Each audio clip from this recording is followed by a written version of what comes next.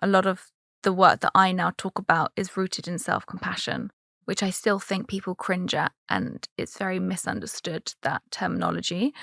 But I really believe that when we believe that we're enough, we make the right decisions for us, whether that be health, relationship choices. Do you see most people that coming into your clinic don't feel enough? Yes. However successful they are. Well, I actually believe sometimes it's the most successful people that feel the most worthless. I agree. Yeah. Absolutely. I agree. Yeah. There's one client that comes to mind, very successful entrepreneur in his 40s.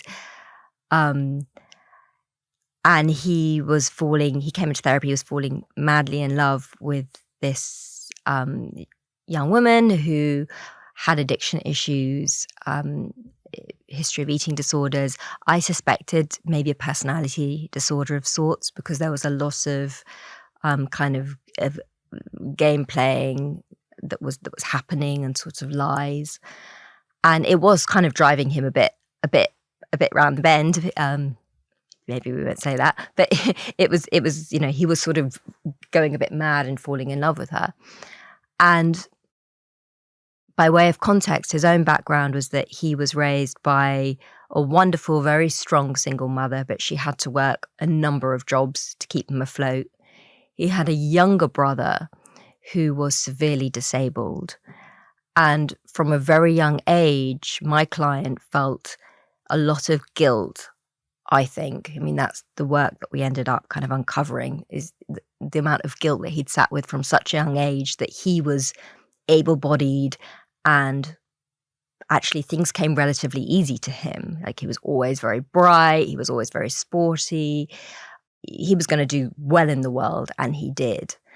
And actually, I think on some level, he didn't really feel worthy. Why should I be this way and my brother not this way? And that fueled a lot of his drive, I think, to become successful. And in a way, that could be a positive motivating force, right? He wanted to be able to provide, in the end, he bought his mum a home, and he provided, in-house, full-time kind of living care for his brother. But the point is that however successful he was, there was still always that hole, that sense of I'm not quite worthy. There was always that missing. So it was never enough. But he didn't really acknowledge that until we started really going into the past and sort of joining the dots.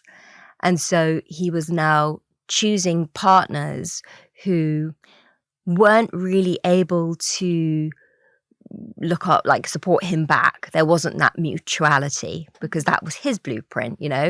I am the fixer, I'm here to solve everybody else's problems. And that made him a great entrepreneur, but that wasn't great for him in his personal life. And so the work there involved, recognizing the patterns that were set from an early age, and going back and doing some inner child work.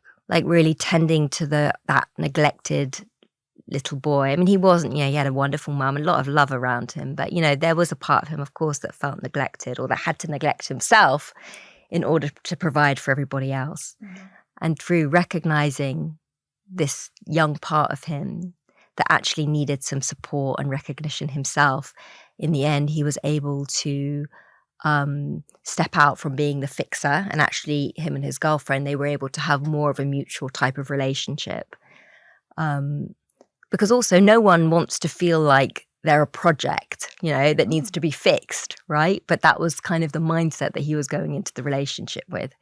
And he'd had a history of always finding, women that needed to be fixed in one way or another.